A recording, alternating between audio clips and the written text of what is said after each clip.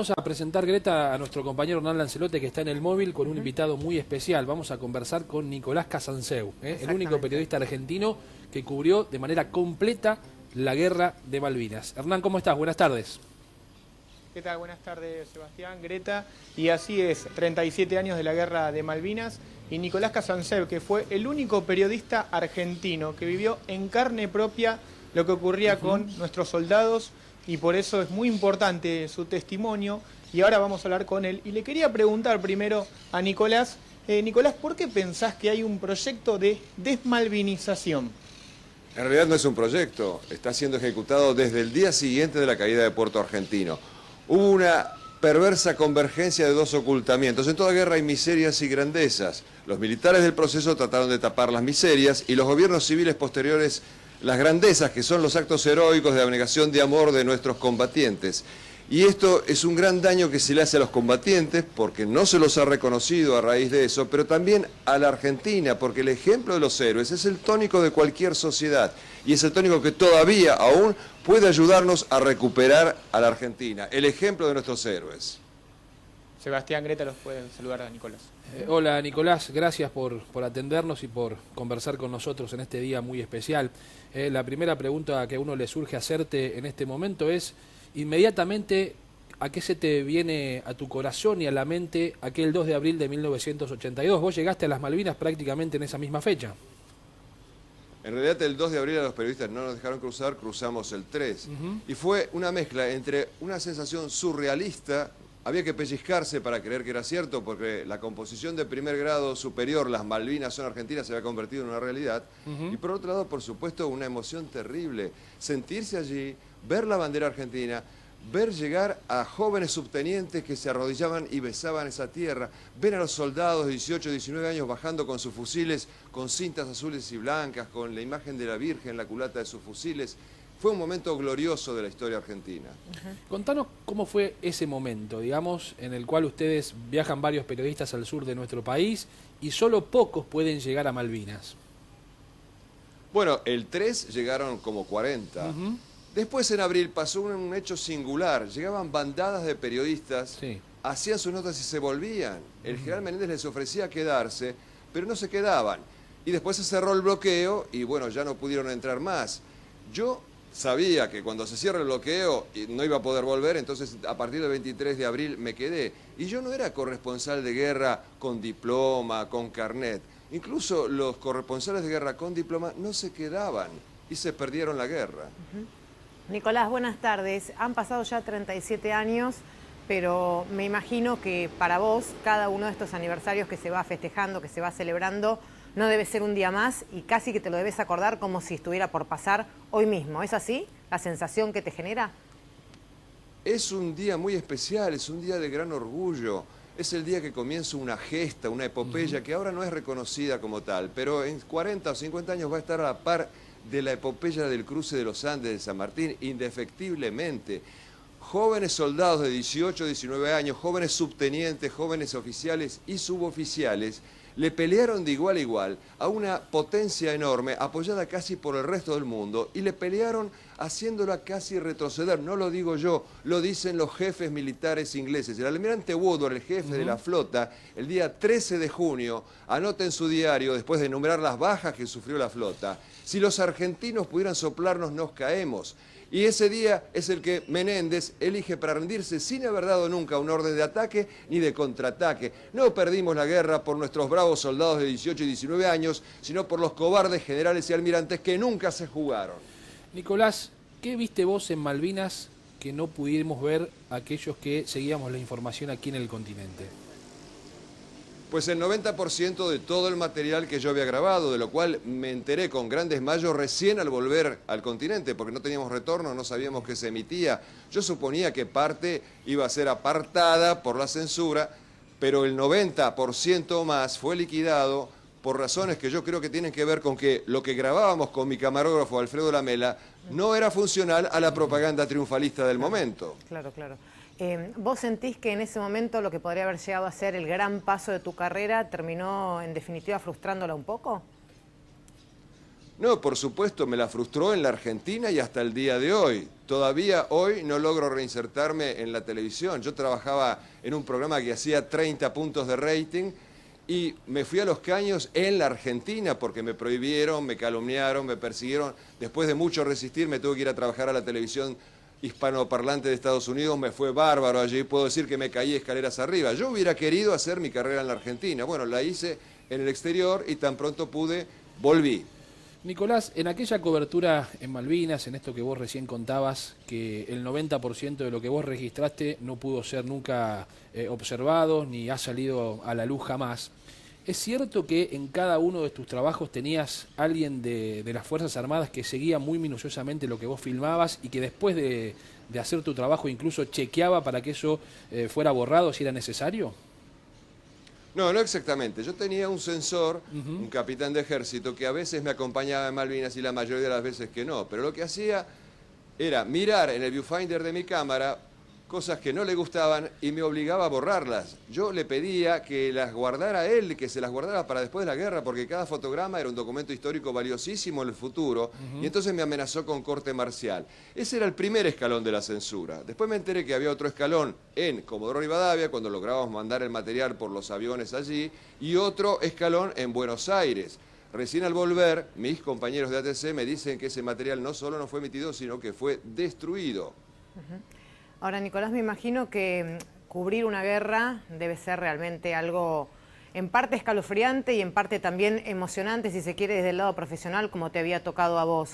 Te lo pregunto, si me lo querés responder, me lo respondés, y si no, no. ¿Qué fue lo peor que vos viste ahí en Malvinas? Lo peor es ver caído a una persona con la que momentos antes estabas compartiendo. Yo en una víspera estaba haciendo un picadito de fútbol con unos soldados en la base aérea y a la mañana siguiente vi la pelota con los colores de Boca, con la que habíamos jugado, al lado del soldado tendido. No hay nada peor que encariñarse con alguien y enterarse de que murió. Yo me encariñaba con todos, los soldados tenían 18, 19 años, yo tenía 33, eran mis hermanos menores. Sufrí lo que sufrieron ellos, traté de ayudarlos, pero no hay nada más terrible que saber que alguien que estuvo con vos acaba de caer en combate. ¿Te tocó llorar mucho allí en Malvinas?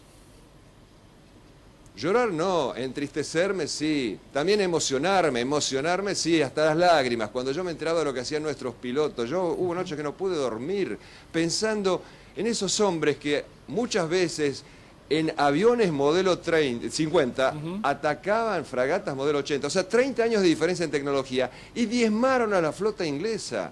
Tenían una mística de combate que en ese momento llenó de admiración al resto del mundo, y hoy nadie conoce sus nombres. Es una gran injusticia para con ellos y para con el país.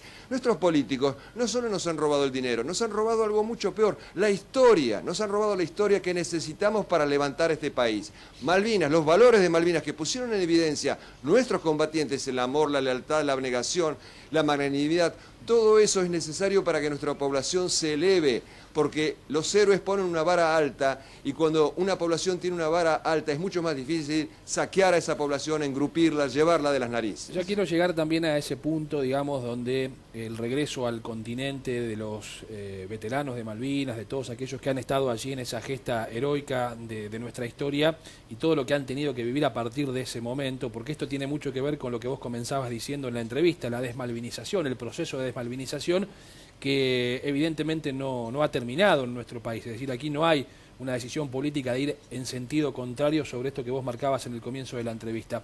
Pero quiero preguntarte, ¿cómo era un día en Malvinas? Bueno, los días primero y principal eran cortos, porque amanecía muy tarde y anochecía muy temprano. Nosotros no podíamos aprovechar demasiado filmando en la oscuridad, obviamente, sí, sobre todo con los equipos de ese momento. Pero había otras cosas que hacer, por ejemplo, obviamente transmitir nuestra información, llevarla a los Hércules que burlaban el bloqueo, o ir al centro donde se podía hablar por teléfono.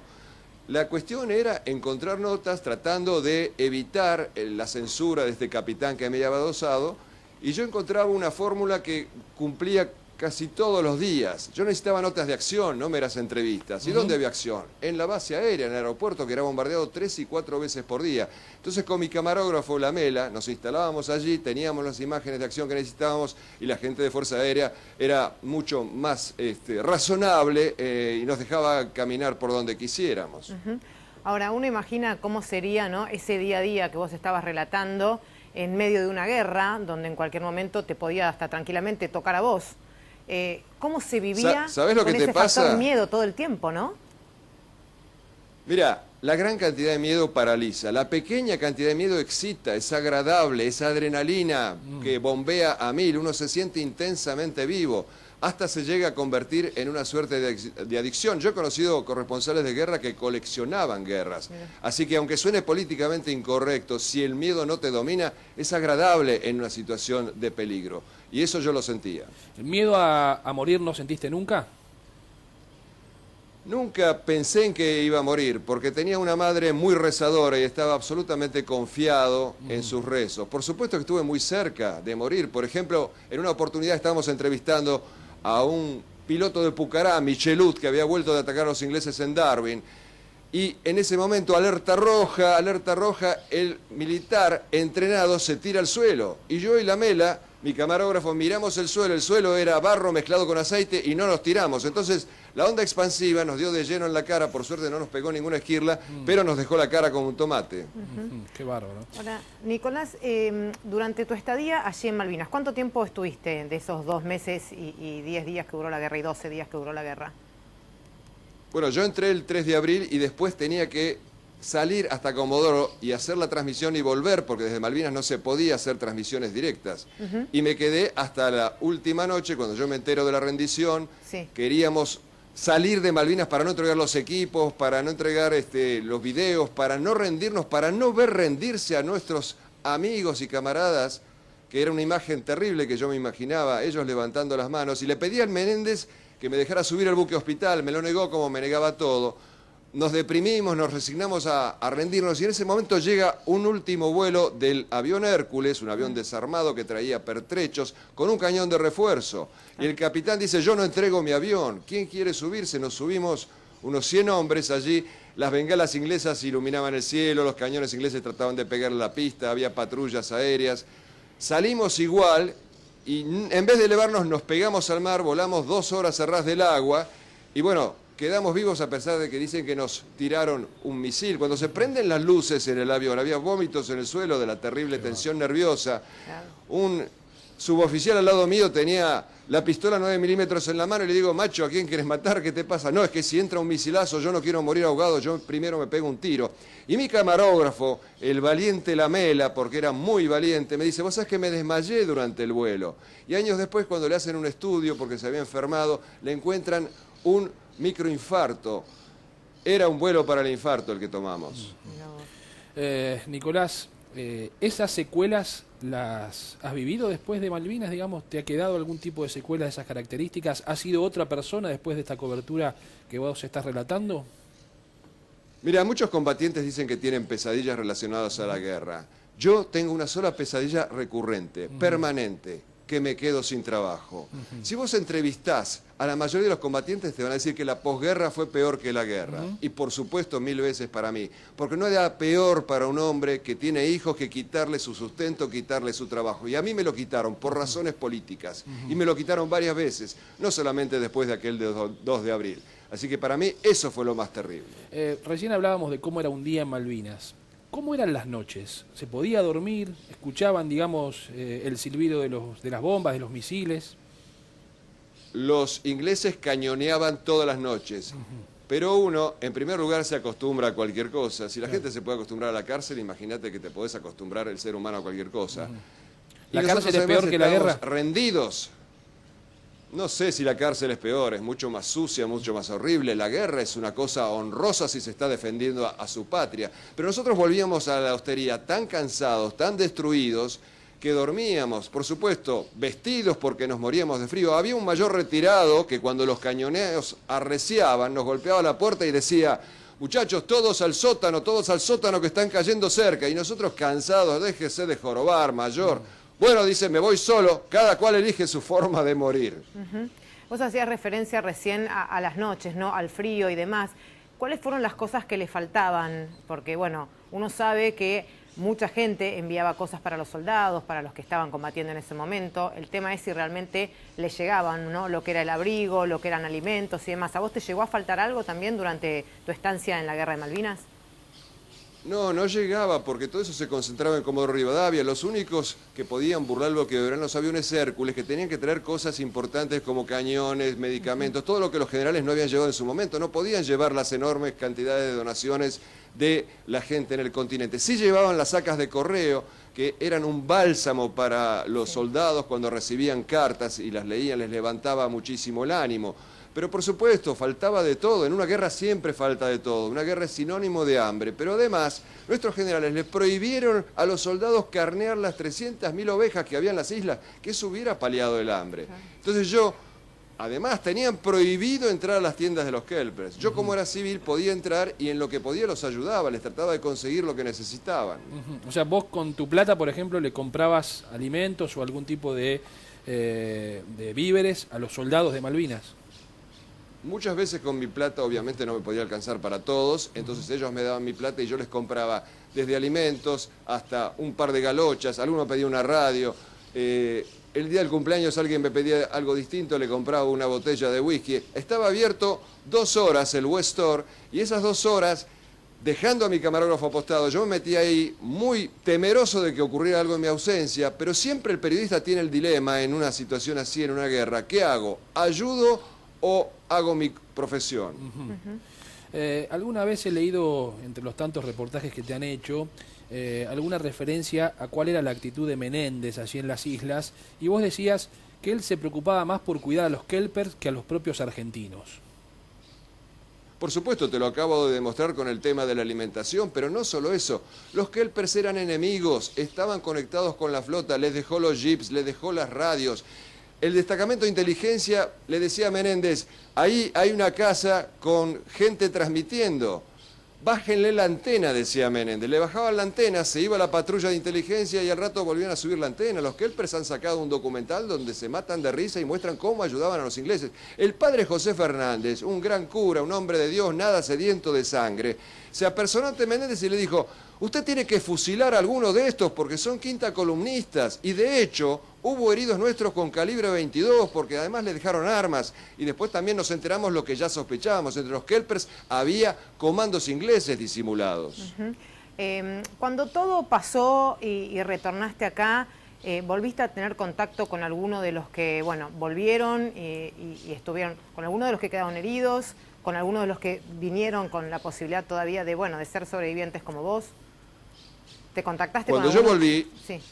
Cuando yo volví y todavía no me sacaron del noticiero de ATC, sí, por supuesto, además los soldados hacían un desfile por ATC porque me habían conocido, nos habíamos hecho hermanos, se burlaba mi productor de que yo tenía todo un ejército. Y bueno, después mantuve esa relación con los soldados hasta el día de hoy. Es que en una guerra, como supongo que en una situación límite, se crea un hilo invisible que nos une a todos. Y pueden pasar 37 años como ayer, que me encontré con soldados que no había visto en 37 años, y uno se siente hermanado porque vivió el peligro mano a mano, codo a codo. Y cuando vos sabes que te puede caer una bomba de 500 kilos en cualquier momento sobre la cabeza, al hombre que tenés al lado, que ni sabés cómo se llama, lo querés más que un hermano. Alguna vez lo conversé con Aldo Rico y él un poco se enojaba cuando se hacía referencia a los soldados conscriptos, digamos, que habían viajado a Malvinas con poca experiencia en su formación, y le decía, miren, eran soldados, eran hombres y fueron héroes de Malvinas.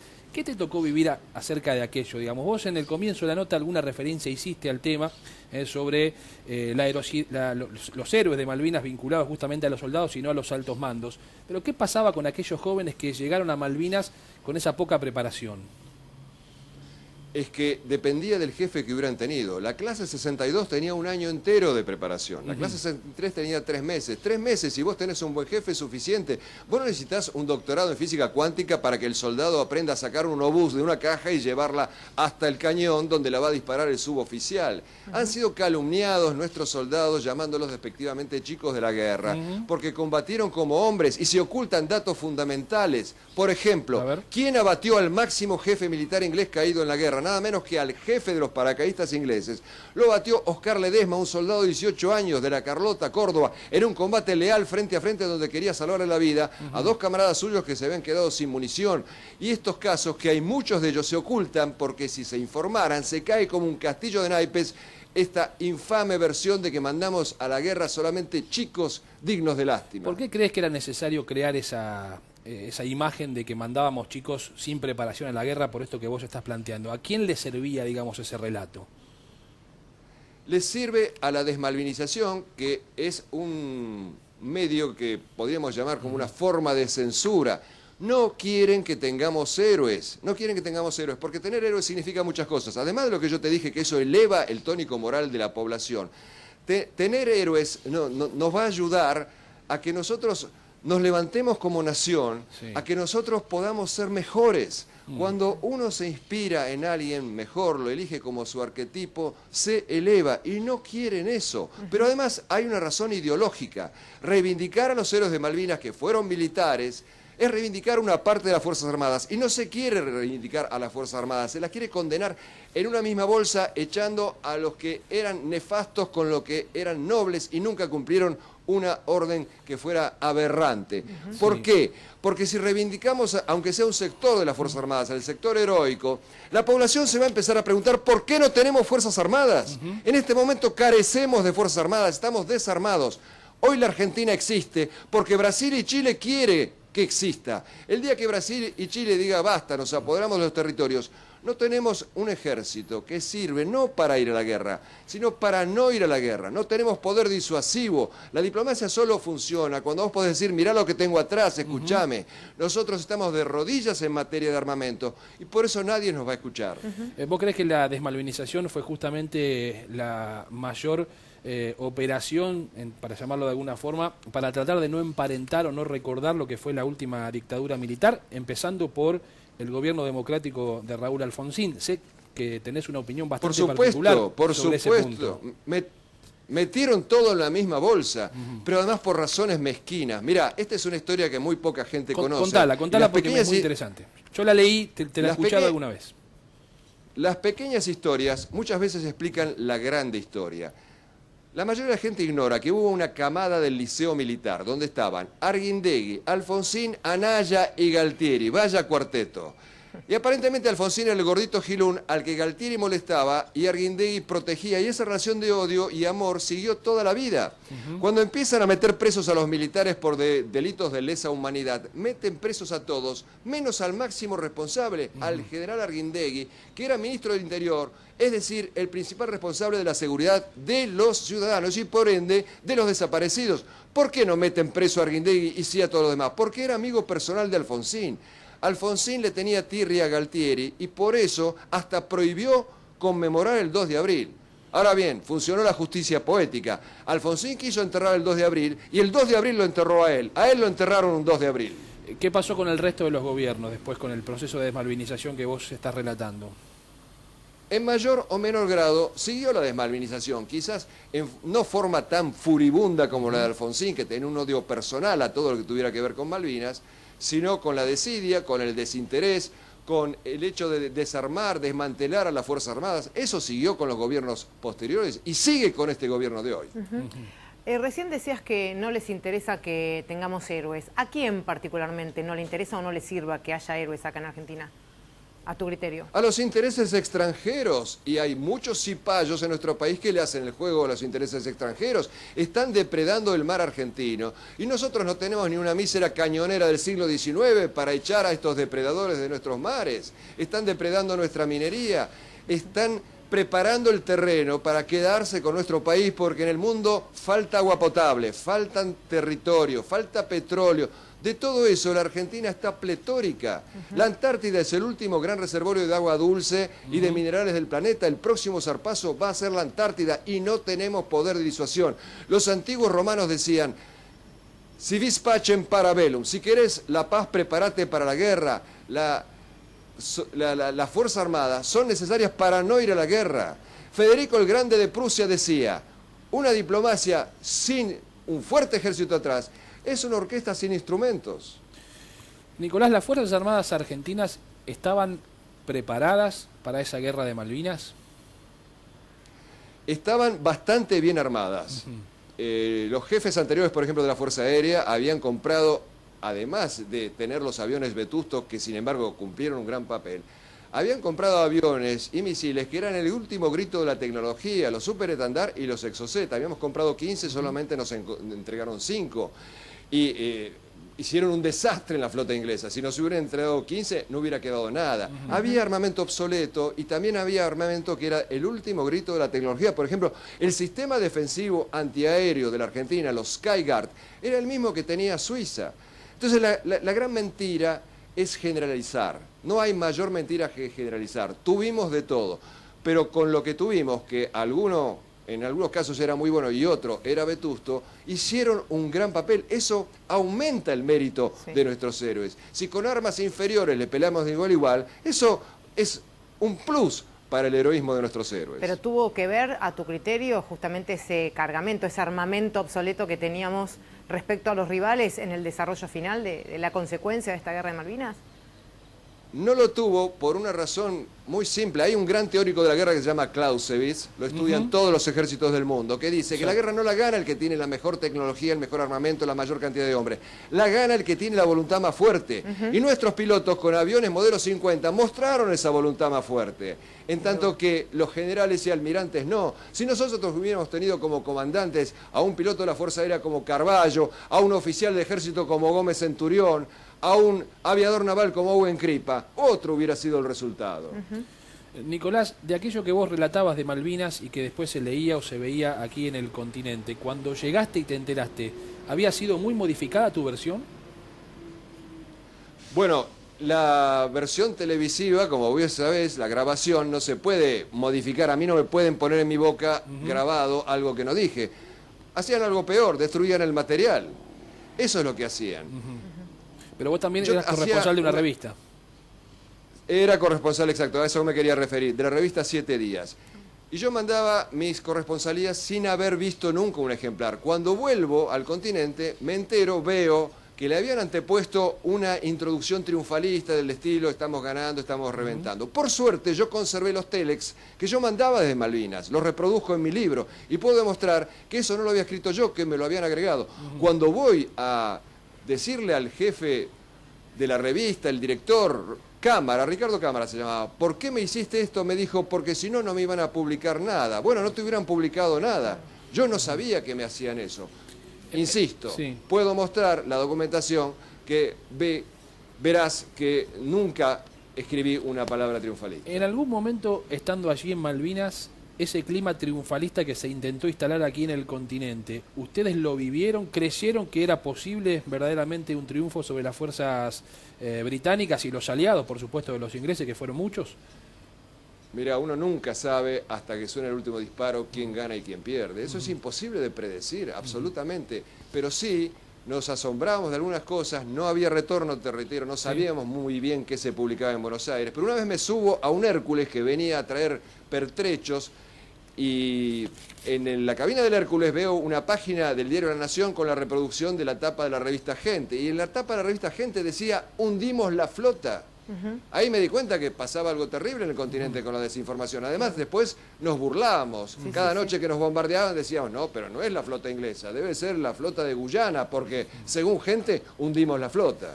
Si tenés que elegir, Nicolás, algún momento, sé que debe haber muchos en tu mente, en tu corazón, digamos, de lo que has vivido, lo que te ha tocado transitar y que agradecemos, por supuesto, que te prestes a nuestro diálogo esta tarde, en un día también muy especial para vos y para los argentinos.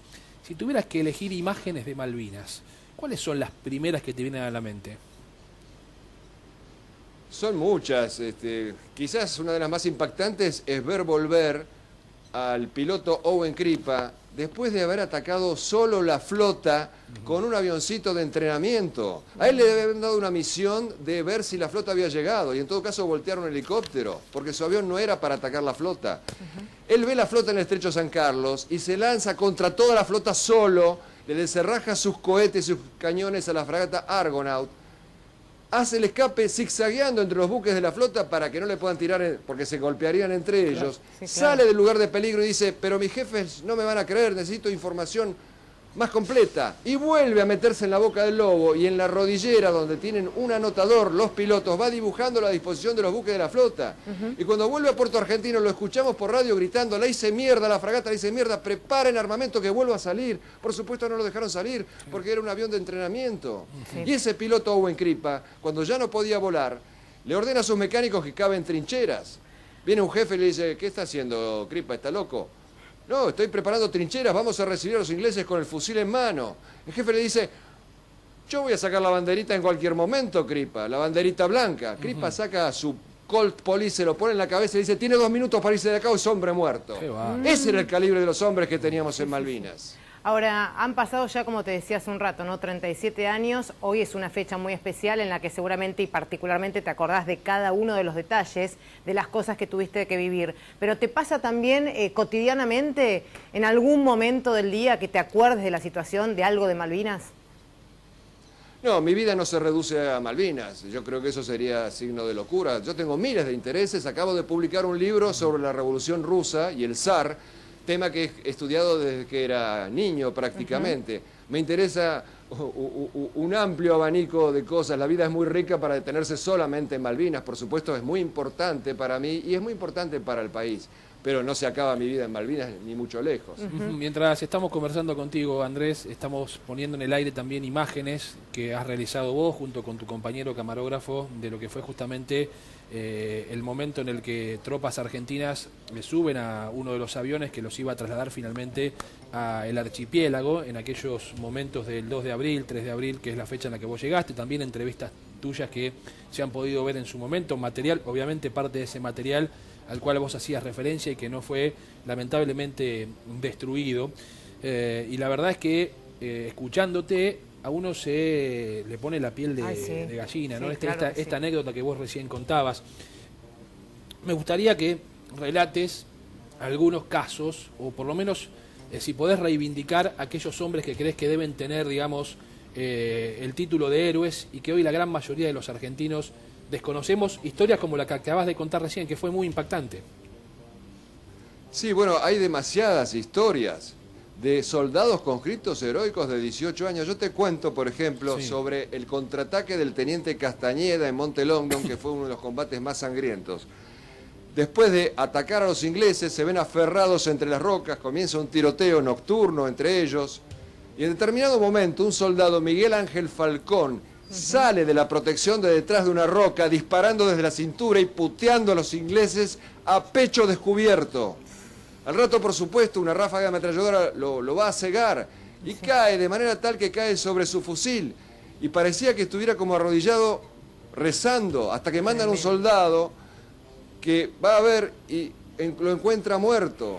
Esos eran nuestros soldados de 18 años, con esos huevos, con esas pelotas que ojalá los hubieran tenido nuestros generales y almirantes. ¿Sabes qué, Nicolás? Justamente mi pregunta iba por ese lado, porque hace un ratito te preguntamos si tenías miedo o si tuviste miedo. En ese momento vos decías no, que tenías una mamá que rezaba mucho y que te sentías absolutamente protegido por ella. Los soldados, cuando hablaban con vos en algún momento del día, cuando tenías ese momento que compartías alguna charla, algún diálogo, ¿te manifestaban esos miedos a perder la vida en el combate? Mira, me manifestaban distintas cosas. No era el tema predominante para nada. El tema predominante era el hambre, por supuesto. Otro tema predominante, ¿sabes cuál era? ¿Cuál? Qué lindo cuando volvamos. Qué lindo. Qué desfile que nos van a hacer. No le hicieron el desfile hasta el día de hoy. Cuando volvieron los escondieron, los ningunearon, los discriminaron, los dieron trabajo. Sobre todo les quebraron el espinazo de la autoestima diciendo esa porquería mentirosa de que fuimos a la guerra por el borracho de Galtieri. Y se suicidaron más soldados, Sí, según las es estadísticas, en el continente por todo esto que los que murieron en combate. Los soldados hablaban de sus novias, los soldados hablaban de fútbol, los soldados rezaban muchísimo. En la guerra no hay ateos. Sí, ¿no? La fe fue un escudo en la guerra de Malvinas. Teníamos unos capellanes extraordinarios que recorrían las trincheras, repartían caramelos. Había un cura, el padre Fernández, que le daba un caramelo a un soldado y le decía, toma un minuto de dulzura. Le daba un cigarrillo, toma un minuto de tranquilidad, de silencio. Los soldados argentinos eran muchachos como cualquiera de nosotros que esperaban que cuando volvieran les dieran una palmada en la espalda. Les escupió en la cara a la sociedad argentina. Nicolás, con este relato que vos haces, uno inmediatamente piensa lo siguiente. Te preguntábamos sobre el miedo, y en estos gestos heroicos de los soldados, de los jóvenes, de los soldados jóvenes de los argentinos, de la Argentina, claramente uno podría decir, me daría vergüenza tener miedo ante actitudes como la que nos estás contando. Yo también tuve miedo, yo lo dije, la pequeña cantidad de miedo existe, pero no dije que no tuve miedo. La cuestión es la cantidad de miedo. Y Claro. muchos militares profesionales que se prepararon para la guerra, cuando llegaron a la guerra se paralizaron, se hicieron encima. Uno no sabe si sirve o no sirve hasta que empiezan a zumbar las balas. Hasta que lo vivís. Así que el miedo es una cuestión relativa. ¿Qué es un valiente? Un valiente es un tipo que tiene miedo y sin embargo hace lo que tiene que hacer. ¿Y de eso crees que fueron más valientes los soldados sin tanta jerarquía que los propios jerarcas del ejército, de la armada o de la fuerza aérea? Los jerarcas, pero por supuesto ponen la firma, no así los oficiales más jóvenes, hasta el grado de mayor, no todos los mayores, pero hubo mayores realmente valerosos como, bueno, ya se conoce el coraje de Rico, del mayor Castañeto, del mayor Baneta, pero era la excepción. Por arriba de ese grado, por supuesto que nuestros soldados eran mucho más valientes, pero además es una cuestión que hasta me cuesta entender desde el punto de vista psicológico. Los generales habían estudiado para hacer una guerra y cuando llegó la guerra no la hicieron. No solo los 4 que estaban en Malvinas, los 35 que estaban en el continente, ni siquiera tuvieron la curiosidad profesional de decir, hay una guerra por primera vez en 110 años, voy a ver cómo es una guerra. Tenían servida en bandeja la posibilidad de entrar en bronce a la historia y prefirieron comerse 3.000 bifes de chorizo más en su vida antes de tener una estatua al frente de la estatua del general San Martín. La gesta Malvinas, en realidad la historia de Malvinas es una historia que excede a 1982, es decir, podría enmarcarse incluso como una de las invasiones inglesas que ha sufrido nuestro territorio a lo largo de su historia y que hoy claramente permanece. ¿Por qué crees que el gobierno de aquel entonces, el gobierno de facto de aquel entonces en manos de Galtieri, toma la decisión de ir a la guerra? ¿Hubo un diagnóstico equivocado? ¿Hubo una intención de salvar la dictadura a través de la causa Malvinas? Mirá, diste en el clavo cuando decís, tuvo la intención de ir a la guerra. Nunca tuvieron la intención de ir a la guerra. Si uno no entiende esto, no puede entender la guerra de Malvinas. Los generales argentinos no se habían animado a combatir al terrorismo asesino con la ley en la mano. Hicieron la barbaridad que hicieron por falta de coraje. Nadie tuvo coraje de firmar una pena de muerte para un terrorista que estaba vigente en ese momento. Y se iban a animar a ir a la guerra contra Inglaterra, contra toda la OTAN, pero ni en sus peores sueños, ni en sus peores pesadillas. Cayeron en una provocación inglesa apoyada por Estados Unidos. Sin eso no se entiende la guerra de Malvinas. Cayeron en la provocación de que se podía hacer un toco y me voy y después se negociaba. ¿Por qué necesitaban los ingleses eso?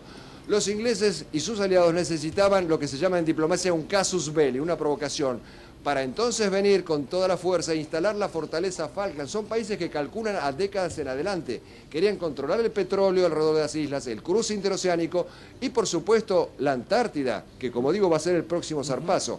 Cuando caen en esa trampa, nuestros poco letrados generales y almirantes, que evidentemente no habían leído historia inglesa, y se dan cuenta, Galtieri, de que Estados Unidos no va a ser neutral, la flota viene con todo, le dice a su ministro de Frugoli, saquemos a los soldados, y Frugoli le contesta, no podemos, la gente nos cuelga en Plaza de Mayo, la gente se había lanzado a plebiscitar la recuperación de Malvinas. Y no me crean a mí, vayan el 10 de abril en YouTube, Galtieri en el balcón y escuchen, se escucha claramente, cada vez que Galtieri decía, yo presidente, lo silbaban, lo abucheaban. Y cuando decía presentaremos batalla, era ovacionado, la gente hacía claramente la diferencia entre la causa nacional Malvinas y el gobierno de turno.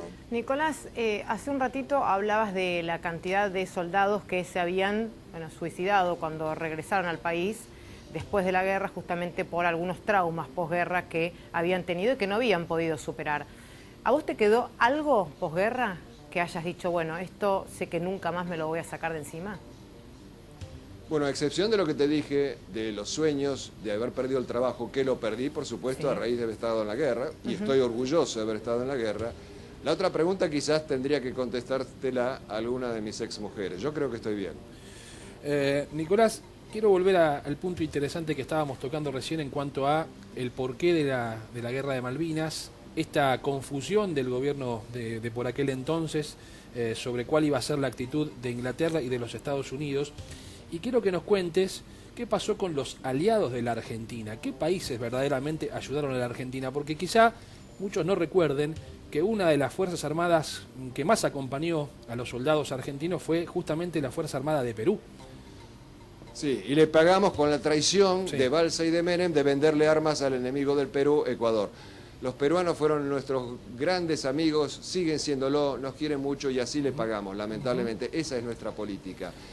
Hay que diferenciar la traición de los gobiernos, empero, de los pueblos. No se puede culpar a los pueblos de lo que han hecho los gobiernos. Cuando empieza la epopeya de Malvinas, hubo decenas de miles de voluntarios, no solo en nuestro país. En nuestro país hubo más de 200.000. En todos los países latinoamericanos, decenas de miles de bolivianos, de peruanos, se querían alistar para defender la soberanía. En España, en Israel, un héroe de la guerra de Israel que había entrenado a nuestros pilotos en el manejo de los Dagger. ¿Qué tendrá que ver Israel? Se presentó como voluntario para pelear en la guerra de Malvinas porque todos veían que era una causa noble, era David contra Goliat. Sí, muchísimos gobiernos se alinearon en contra nuestro. El principal que nos ayudó, por supuesto, fue Perú, digamos que después un poco Venezuela, poco menos, y Panamá, pero todos los demás no. Ni siquiera los limítrofes. Bueno, los limítrofes, Chile obviamente ayudó a Inglaterra, claro, pero también esto es parte de la ceguera argentina. Nosotros tuvimos conflictos con Chile durante un siglo. ¿A quién aceptábamos como árbitro en los conflictos con Chile? Al Reino de Inglaterra. Además, en el 78 ya habían despegado nuestros aviones para bombardear Chile y los pararon a último momento. Entonces se puede entender la actitud de Chile, no justificarla, pero sí entenderla. Volviendo a lo que fue aquella gesta y para cerrar, por supuesto, la nota, ¿qué sensación tenés, Nicolás, de cómo va a continuar para las próximas generaciones y cómo se va a recordar la causa Malvinas del 82 y cómo seguiremos los argentinos teniendo esa causa bien arriba en nuestra bandera para que no sea olvidada?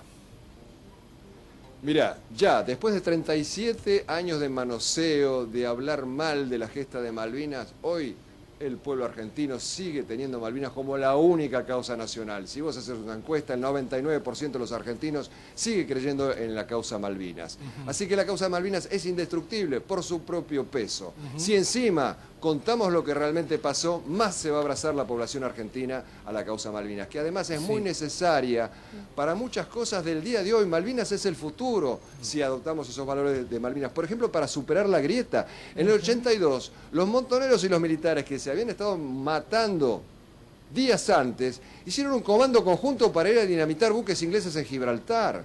Malvinas nos va a permitir, si lo enarbolamos como bandera, como una política de Estado, superar la grieta. Malvinas nos puede llegar inclusive a ayudar a reconstruir esta Argentina. Hemos fracasado con todos los gobiernos, los militares, los civiles de cualquier pelaje. ¿Por qué no probamos con un héroe de Malvinas? Es conocida esta frase de que si uno hace lo mismo va a tener los mismos resultados. Probemos con algo nuevo. Por primera vez en la historia argentina hay un candidato a presidente que es un héroe de Malvinas, Juan José Gómez Centurión. Nicolás, ¿por qué no? Malvinas no puede llegar a restaurar el país de esta manera. Gracias por esta entrevista exclusiva con Canal 26, por esta charla que la verdad ha sido más que interesante, emocionante en varios de sus fragmentos y por supuesto muy importante porque vos sos la única persona que ha estado durante todo el conflicto bélico allí en las islas como periodista y ha observado y visto todo lo que nos acabas de contar. Así que desde aquí te agradecemos muchísimo la atención con nosotros esta tarde y por supuesto siempre a disposición porque la causa Malvinas va más allá de un gobierno en particular. Muchas gracias, Nicolás. Gracias a ustedes. Muchas gracias. Nicolás Casanseu conversando en exclusiva con nosotros aquí en un nuevo aniversario del 37º aniversario justamente de la recuperación de las Islas Malvinas. Greta.